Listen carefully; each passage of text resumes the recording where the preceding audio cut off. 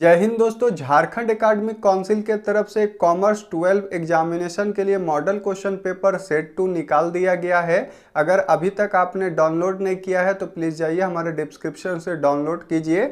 और कॉमर्स का जो अकाउंटेंसी सब्जेक्ट का है क्वेश्चन नंबर 1 से लेकर के 40 तक का जो भी आंसर था मैंने उसका वीडियो बना के अपलोड कर दिया है। अगर आपने नहीं देखा तो प्लीज़ जाइए उसे भी देखिए। और सेट 1 का टोटल सॉल्यूशन अकाउंटेंसी सब्जेक्ट का मैंने उसका वीडियो डाल रखा है। आपको प्लेलिस्ट का वीडियो डिस्क्रिप्शन में मिल जाएगा, वहां पर जाके आप देख सकते हैं। तो दोस्तों आज हम लोग पढ़ेंगे क्वेश्चन नंबर 41 से लेकर के 44 तक। तो यहाँ एक क्वेश्चन थ्योरी है, बाकी सब प्रैक्टिकल है। दोस्तों पहले थ्योरी को हम लोग देख लेते हैं। यहाँ 4 नंबर के लिए 4 क्वेश्चन है, 41 से लेकर के 44 तक। तो 41 में कहता है state any 4 difference between receive and payment account and income and expenditure account. प्राप्ति एवं भुगतान खाता तथा आय व्यय खाता में कोई 4 अंतर आपको बताना है।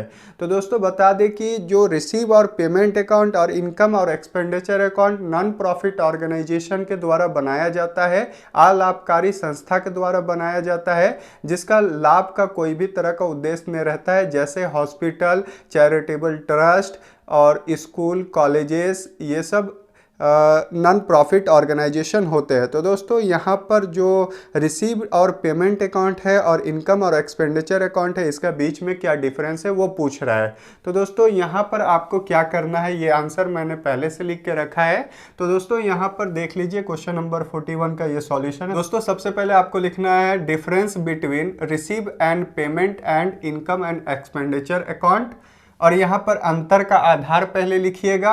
उसके बाद रिसीव्ड एंड पेमेंट का एक कॉलम बनाइएगा। उसके बाद इनकम और एक्सपेंडिचर अकाउंट का एक कॉलम बनाइएगा। जहाँ पर आपको अंतर का आधार लिखना है, उसके बाद क्या अंतर है वो लिखना है। तो सबसे पहला अंतर यहाँ लिखा गया है खाते की प्रकृति। तो दोस्तों खाते की प्रकृति में आपको लिखना है कि कौन रियल अकाउंट है और कौन नॉमिनल अकाउंट है। तो बता दें कि रिसीव और पेमेंट अकाउंट बिल्कुल कैश अकाउंट के जैसा ही होता है, कैश अकाउंट नहीं होता है बल्कि उसी के जैसा बनता है। तो दोस्तों रिसिप्ट में जितना पैसा आता है उसको लिखते हैं और जितना पैसा जाता है उसको पेमेंट अकाउंट में लिखते हैं, इसलिए ये कौन सा अकाउंट है, रियल अकाउंट है। और इनकम और एक्सपेंडिचर अकाउंट नॉमिनल अकाउंट में आता है, क्योंकि इसमें इनकम को जो है क्रेडिट करते हैं और एक्सपेंडिचर को डेबिट करते हैं। तो दोस्तों यहाँ पर आप समझ गए होंगे कि यह एक रियल अकाउंट है और यह एक नॉमिनल अकाउंट है। ये हो गया आपका खाते का प्रकृति। उसके बाद प्रारंभ लिखना है, ये किस चीज़ से प्रारंभ होता है। जैसे कि आपको पता होगा कि कैश अकाउंट जब भी बनाते होंगे तो आपका पिछला साल का बैलेंस इस साल में आ जाता होगा टू बैलेंस बीडी करके, और बैंक अकाउंट भी बनाते होंगे तो उसी तरह होता होगा। तो यहाँ पर आप देख सकते हैं यह खाता cash in hand and cash at bank के ओपनिंग बैलेंस से प्रारंभ होता है। तो दोस्तों जो भी बैलेंस आपका रुपया का बचा हुआ रहता है उसको रिसीव पेमेंट अकाउंट में प्रारंभ किससे करते हैं, क्या लिख के, cash in hand opening balance को यहाँ पर लिखा जाता है। लेकिन आपका इनकम एक्सपेंडिचर अकाउंट में कोई भी ओपनिंग बैलेंस से स्टार्ट नहीं करते हैं। उसके बाद आप देख सकते हैं तीसरा पॉइंट हमारा है डेबिट एंड क्रेडिट साइड। इस खाते में डेबिट साइड में सभी रिसिप्ट और क्रेडिट साइड में सभी पेमेंट को दिखाते हैं। और आप इनकम एक्सपेंडिचर अकाउंट में देखिए कि इस खाते में डेबिट साइड सभी आयगत खर्चों एवं हानियों और क्रेडिट साइड में आयगत लाभ और आय को दिखाते हैं। उसके बाद लिखता है कि दिखाए जाने वाली मदें। तो यहाँ पर आप देख सकते हैं लिखा गया है कि इसमें पूंजीगत और आयगत दोनों प्रकार के मदें दिखाई जाती है, लेकिन इसमें केवल आयगत मदें ही दिखलाई जाती है। तो दोस्तों इस तरह से मैंने आपको 4 पॉइंट बताया है, और उसके बाद आप आगे और भी पॉइंट लिख सकते हैं, लेकिन यहाँ पर केवल 1, 2, 3 और ये 4 पॉइंट ही पूछा था, तो इसलिए मैंने 4 पॉइंट ही यहाँ पर आपको बताया है। दोस्तों अब हम लोग क्वेश्चन नंबर 2 देख लेते हैं, क्योंकि ये प्रैक्टिकल क्वेश्चन है, मैं बोर्ड पर आपको बता दे रहा हूँ। तो यहाँ पर लिखता है XY साझेदार है जो 7:3 के अनुपात में अपने लाभ हानि को विभाजित करते हैं। जेड को प्रवेश दिया जाता है। नया साझेदार अपना 1/10 हिस्सा पूर्णतया x से प्राप्त करता है। तो यहाँ पर क्या है, XY का रेशियो सबसे पहले हम लोग लिख लेते हैं। 42 को हम लोग सॉल्व कर रहे हैं, तो 42 का 1 को हम लोग सॉल्व कर रहे हैं, इसका सॉल्यूशन क्या होगा। तो सबसे पहले आपको लिखना है x और कौन है, y है। इसका रेशियो कितना है, 7:3 है। उसके बाद कौन एडमिट हुआ है, तो एडमिट जेड। तो यहाँ पर z का जो शेयर है वो कितना है, वो दिया गया है क्वेश्चन में 1/10। और पूरा का पूरा एक्वायर जो कर रहा है, पूरा का पूरा एक्वायर कर रहा है किससे, x से। तो यहाँ पर लिख दिया है क्वेश्चन में, आप देख लीजिए कि एक्वायर जो कर रहा है वो पूर्णतया किससे कर रहा है, x से कर रहा है। तो यही क्वेश्चन है आपका, x से पूरा का पूरा कौन प्राप्त कर रहा है, z। तो यहाँ पर कौन सैक्रिफाइस करेगा, केवल x करेगा, y कुछ भी सैक्रिफाइस नहीं करेगा। इसलिए यहाँ पर आपको क्या निकालना है, न्यू प्रॉफिट शेयरिंग रेशियो। तो जब कोई क्या करता है, दे देता है कुछ, तो उससे क्या करते हैं हम लोग, माइनस कर लेते हैं। मतलब कि जितना x सैक्रिफाइस कर रहा होगा वो उसका हिस्सा में से माइनस कर देंगे। तो सबसे पहले x का निकाल लेते हैं। तो ओल्ड पहले कितना मिलता था, 7:10। दोस्तों आपको यहाँ मन में जोड़ लेना है कि 10 हुआ इसका जोड़, और उसके बाद यहाँ लिखना 7/10। लिखने के बाद इसमें जितना वो जेड को दिया है उसको क्या कर लेंगे हम लोग, माइनस कर लेंगे। माइनस करने के बाद इस तरह से आपको सॉल्व करना है। सॉल्व करने के बाद इसका 6/10 आ जाएगा। ये इसका x का क्या है, न्यू प्रॉफिट शेयरिंग रेशियो है। उसके बाद हम लोग y का निकाल लेते, तो y का कितना था ओल्ड रेशियो, 3/10। यहाँ से आपको पता चल जाएगा, ये 10 आपको मन में जोड़ना, इसको लिखना नहीं है। 3/10 लिखने के बाद में इसमें से कितना दिया, तो y कुछ भी नहीं दे रहा है, तो इसलिए जितना था उसका उतना अभी भी है, 3/10। उसके बाद आपको क्या करना है, z का निकालना है। तो पहले से तो वो यहाँ अवेलेबल नहीं था, पार्टनर में अभी अभी जुड़ा है लाके, तो उसको जो अभी x के तरफ से दिया गया है वही उसको मिला होगा 1/10। क्लियर है, उसका यही क्या है, न्यू प्रॉफिट शेयरिंग रेशियो। अब क्या करना है, x, y और z को लिखना है 6/10, 3/10 और 1/10। अनुपात में बदलिएगा तो सबका एलसीएम समान है, इसलिए आप लिख सकते हैं 6:3:1। तो दोस्तों ये आपका सॉल्व हो गया। अब हम लोग देखते हैं इसका 2 नंबर। तो 2 नंबर भी सेम है इसी तरह से। तो हम लोग पढ़ लेते हैं क्वेश्चन। यहाँ पर ए बी है, तो हम लोग लिख देते हैं ए और कौन है, बी। 3:2 का रेशियो है। उसके बाद लिखता है कि सी को बुलाया गया, तो सी इज एडमिट, आपको लिख देना है सी इज एडमिट।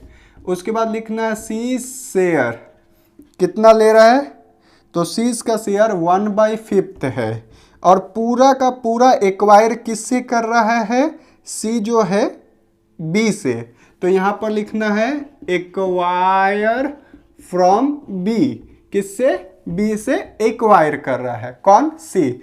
इसी तरह से फिर से हम लोग को निकालना है क्या, न्यू प्रॉफिट शेयरिंग रेशियो निकालना है।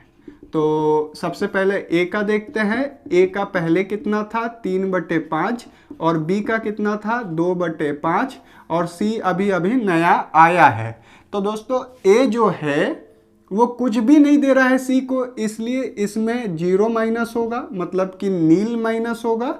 तो इसका जो शेयर था वही अभी भी है।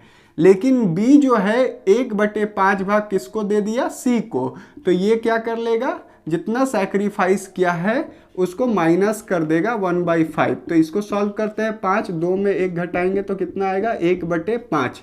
तो क्लियर हो गया, यहाँ पर 1/5 आ गया किसका, बी का। तो सी का यहाँ कितना होगा, तो दोस्तों बी जितना त्यागा है उतना ही सी के लिए क्या हुआ, गेन हुआ है। तो 1/5 इसको मिल गया। क्लियर हो गया यहाँ से। अब हम लोग को एक रेशियो बना देना है ए बी सी लिख के।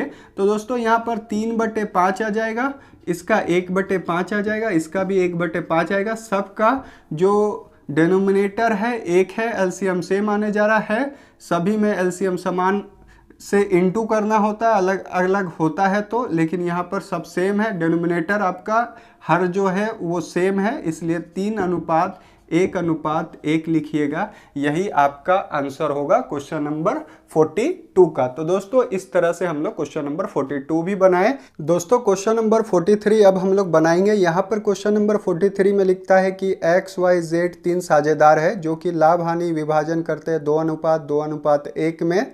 Y का अवकाश ग्रहण कर लेता है और फर्म की ख्याति 60,000 रुपया मूल्यांकित की जाती है। तो दोस्तों यहाँ पर Y जब रिटायर होता है उस समय जो ख्याति निकाला जाता है वो फर्म में 60,000 रुपया है और फर्म की पुस्तकों में पहले से कोई भी तरह का ख्याति खाता प्रदर्शित नहीं है और कोई भी बैलेंस बचा हुआ नहीं है।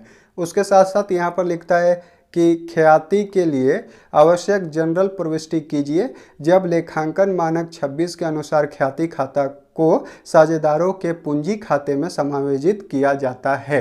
तो दोस्तों यहाँ पर जो गुडविल है जिसका वैल्यूएशन अभी 60,000 हम लोग किए हैं, तो इस 60,000 को कैपिटल अकाउंट के थ्रू आपको एडजस्टमेंट करके जनरल एंट्री करना है, उसी का आपको 4 नंबर यहाँ पर मिलेगा। तो सबसे पहले जब भी आप कैपिटल अकाउंट के थ्रू जब एडजस्टमेंट कीजिएगा गुडविल का, तो जो अकाउंटिंग स्टैंडर्ड यहाँ पर दिया गया है, कौन सा अकाउंटिंग स्टैंडर्ड है 26, इसके तहत में आप गुडविल अकाउंट को ओपन नहीं कर सकते, इसलिए हम लोग किसके माध्यम से सॉल्व करेंगे क्वेश्चन को, कैपिटल अकाउंट को। और कैपिटल अकाउंट का जो अकाउंट खोलिएगा तो उसमें किसको डेबिट कीजिएगा किसको क्रेडिट कीजिएगा, ये सारा चीज़ आपको हम बताते हैं यहाँ पर बोर्ड में। तो क्वेश्चन को बनाते हैं क्वेश्चन नंबर 43। तो क्वेश्चन नंबर 43 बनाने के टाइम में आपको सबसे पहले लिखना है कि पार्टनर का नाम क्या है XYZ, रेशियो क्या है 2:1, आपको इतना लिख लेना है। यहाँ पर लिख देना है सॉल्यूशन।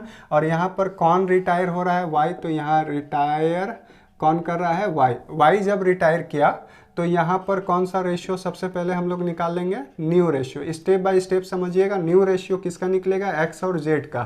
तो ऐसा क्वेश्चन जहाँ पर आपको न्यू रेशियो नहीं दिया हुआ रहता है तो आपको निकालना पड़ता है खुद से। तो 2 इसको उठा के लिख दीजिए यहाँ और 1 मतलब 2:1 लिख दीजिए। यही वाला पुराना चीज़ को यहाँ लेके आइए, यही न्यू रेशियो होगा। कितना आसानी से हम लोग न्यू रेशियो निकाल लिए। 1 नंबर का क्वेश्चन में इसी तरह से दिया हुआ रहेगा क्वेश्चन, XYZ पार्टनर है, रेशियो 2:1 है, Y रिटायर किया तो न्यू रेशियो कितना होगा। तो आप एक बार में बता सकते हैं 2:1 न्यू रेशियो है। अब आपको बोल दे गेनिंग रेशियो निकालिए, तो जो न्यू रेशियो होता है वही कौन सा रेशियो होता है, गेनिंग रेशियो। क्योंकि हमको गेनिंग रेशियो का जरूरत यहाँ पर पड़ेगा, तो X और Z मतलब Y के जाने के बाद कौन गेन करेगा, X और Z ही करेगा, क्योंकि वही बचेगा फॉर्म में 2:1। क्योंकि यहाँ पर न्यू रेशियो नहीं दिया गया है कि फॉर्मूला के थ्रू ओल्ड माइनस न्यू या न्यू माइनस ओल्ड करके गेनिंग और सेक्रीफाइस का पता लगाया जा सके। तो दोस्तों हम लोग डायरेक्टली एक बार में हम लोग गेनिंग रेशियो निकाल दिए।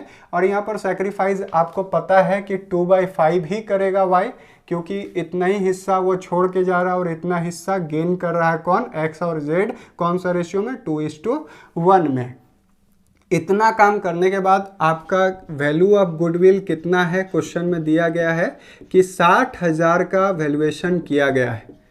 अब कौन यहाँ पर सेक्रीफाइस कर रहा है, Y। तो इस 60,000 में हिस्सा किसको देना पड़ेगा, Y को। तो Y का जो शेयर है किसमें, गुडविल में, कितना बैठेगा, तो 60,000 इंटू 2/5, जो रेशियो उसका है 2/5, 1/5 है, तो 2/5 Y जा रहा है, तो Y का हिस्सा कितना पड़ेगा, तो 12 दूनी 24,000 रुपया। यहाँ पर हम लोग लिख लिए कि 24,000 रुपये से इसका एडजस्टमेंट करना है, क्योंकि Y क्या कर रहा है, सैक्रिफाइस कर रहा है, और यहाँ पर X और Z क्या कर रहा है, गेन कर रहा है। तो आपको एडजस्टमेंट जनरल एंट्री करना है, तो यहाँ पर आपको लिख लेना है जनरल एंट्री। आपको पूरा फॉर्मेट लिखना होगा और तब जनरल एंट्री कीजिएगा, तभी आपको एग्जाम में अच्छा नंबर मिलेगा। तो अब आपको जनरल एंट्री करना, तो यहाँ पर आपको पता चल गया गेन कौन कर रहा है और सेक्रीफाइस। तो पूरा चैप्टर जो पार्टनरशिप है उसमें किसको डेबिट करे किसको क्रेडिट करे ये समझ में नहीं आता, एग्जाम में आप जाके भूल जाते हैं। तो आपको एक तरीका बताते हैं याद रखने का। तो यहाँ पर कैपिटल अकाउंट मैंने लिख के रखा है कि कैपिटल अकाउंट को कैसे डेबिट कीजिएगा कैसे क्रेडिट।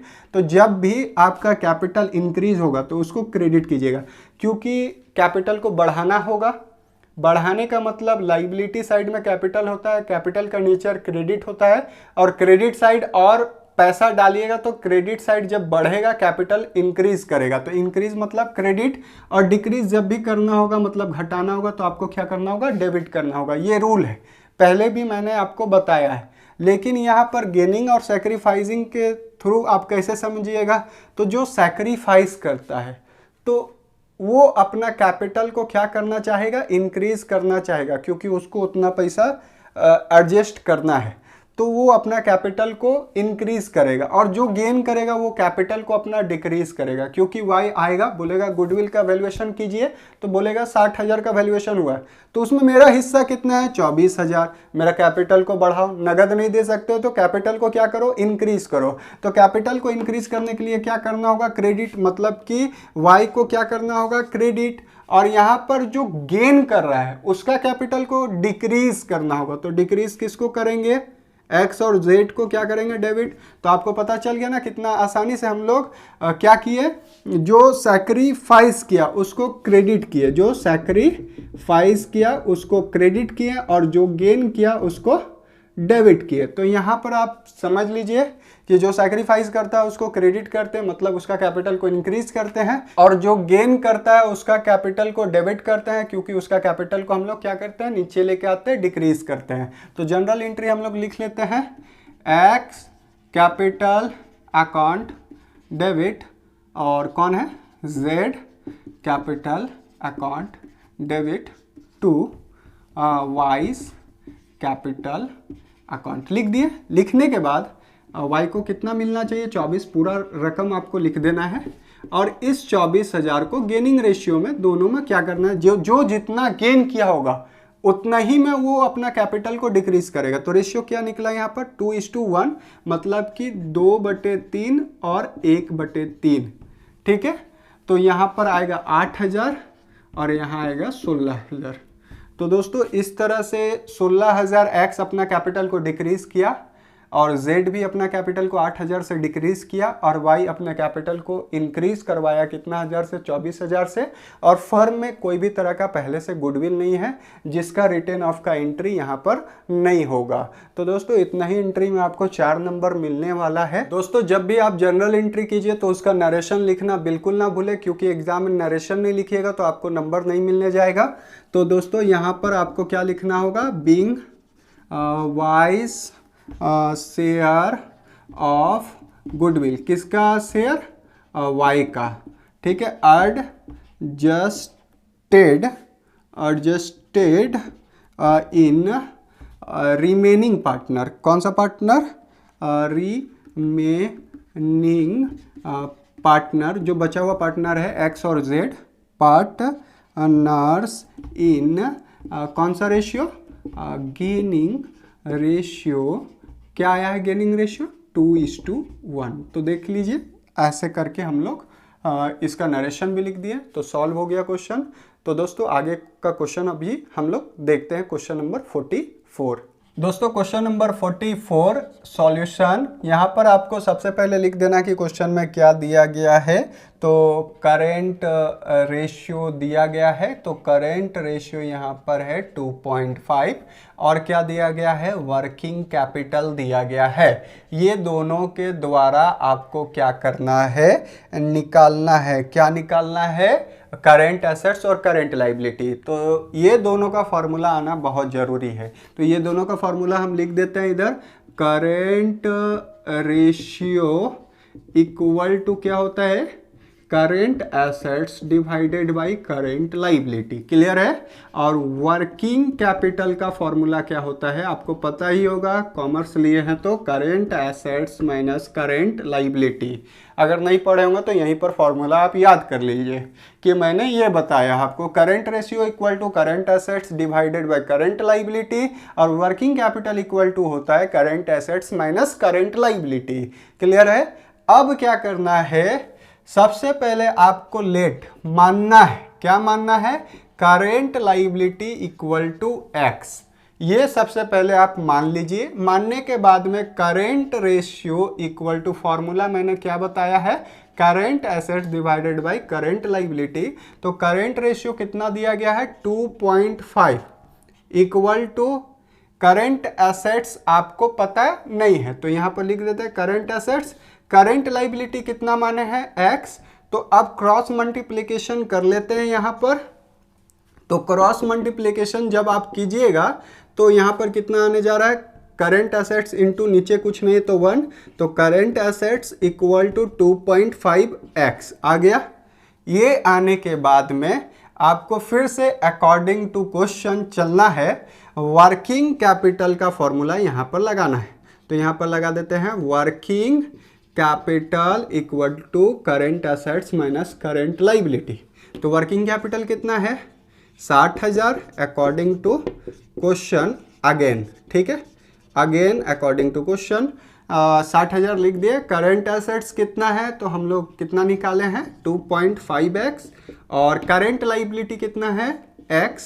तो अब क्या करते हैं, इसको माइनस करते हैं, x वाला है तो माइनस भी हो जाएगा, तो 1.5x होगा, क्योंकि जब आप 2.5 में एक x को क्या कीजिएगा माइनस कीजिएगा तो 1.5x आएगा, और यहाँ कितना लिखिएगा 60,000।